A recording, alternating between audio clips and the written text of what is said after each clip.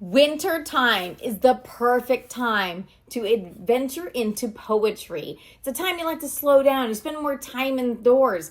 And so what better thing to do than to explore poetry and have poetry tea time and enjoy some great hands-on activities. This book is part of a series, which currently there are these two so far. Summer will be coming out soon and fall will be next year. So inside each month, you'll have a hands-on activity, a poetry writing lesson. You'll have a treat to make and a drink to make. And that's the minimum. Some months there's some extra fun inside. And if there's any printables needed, they're included right inside the book. So let's look inside Poetry in Winter and see what you can do with your kids to make winter a more exciting and hands-on experience. Okay, this is Poetry in Winter. This was the first in a new series, all based on planning for a classroom or for homeschooling. So that way you can have some hands-on activities all planned out for you while learning poetry and making it fun.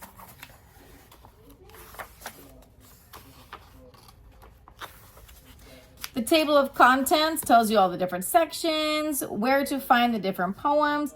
And also, if you notice, it says Jack Frost and then it says Contractile Snowflake Activity. The activities are indented some, so you know exactly which poems have activities that go along with it or treats. So like catching hot chocolate, there's homemade hot chocolate cooking activity. So every single month has 4 different activities, and each month has at least one drink to make, one snack to make, one poem to write, and one hands-on activity. And that's a minimum. Some I got excited about and I put extras in.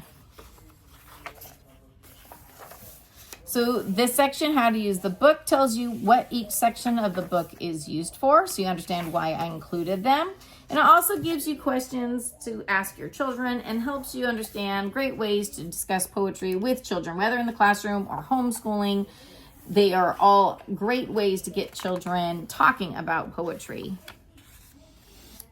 This section is called the Teacher's Deeper Understanding. This is to help you understand the 3 styles of poetry that are being discussed and taught in the book. So in this one, you have the haiku, you've got shape poetry, and you've got acrostic poetry.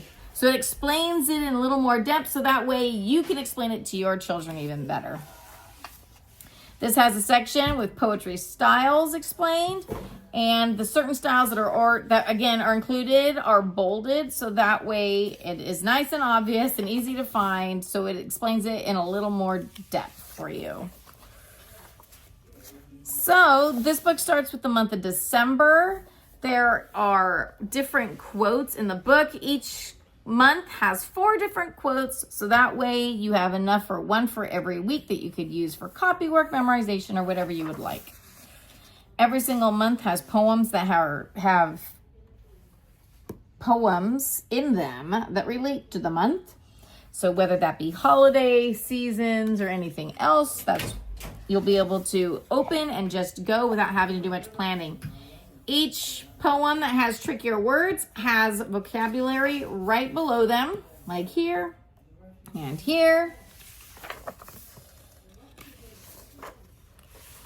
And then you'll notice a section that says activity. So this where the fractal snowflake activity, it explains the activity,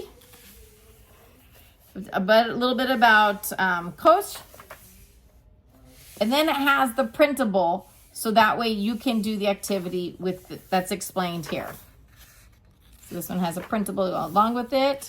Okay, then we've got Hanukkah, and then we've got another activity. So this is the baking activity. So you're gonna make a yummy Jewish treat.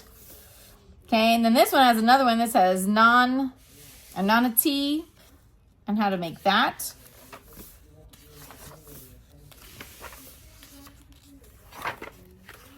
Okay, and then this one, since it's a shorter book, within the months there's different sections. So these poems following are going to be all about winter treats. This one actually has a peppermint ornament craft activity.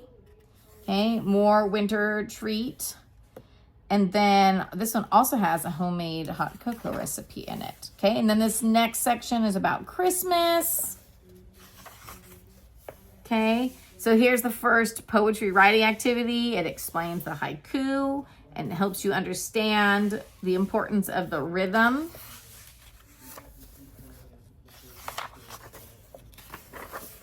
Then I separate out the religious Christmas poems because I know some people greatly like those. Some people aren't that interested. So, okay. Something that is in this book that I included were poetry writing prompts.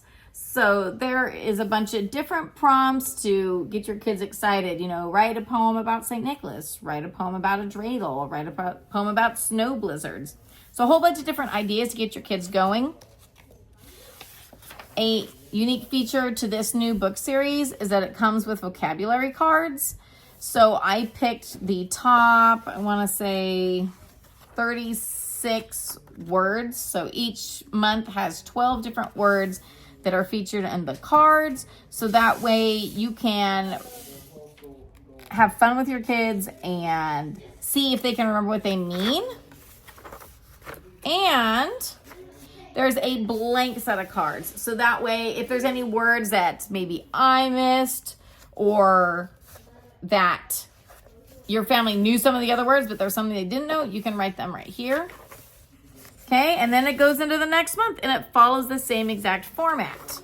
You've got activities, like this one is shape poetry. So it comes with printables for shape poetry. Art throughout the books. Okay, more poetry writing prompts, more vocabulary cards, and it goes on into February. Okay, and again, each section has separated into topics.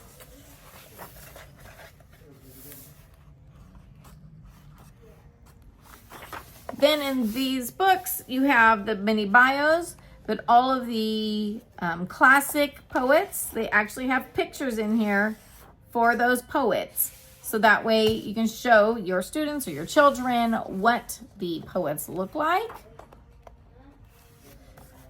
Then in this one, I included some bonus poems that were lengthier at the back that I felt just didn't belong like in the body of the book. It's like, this is a very long poem.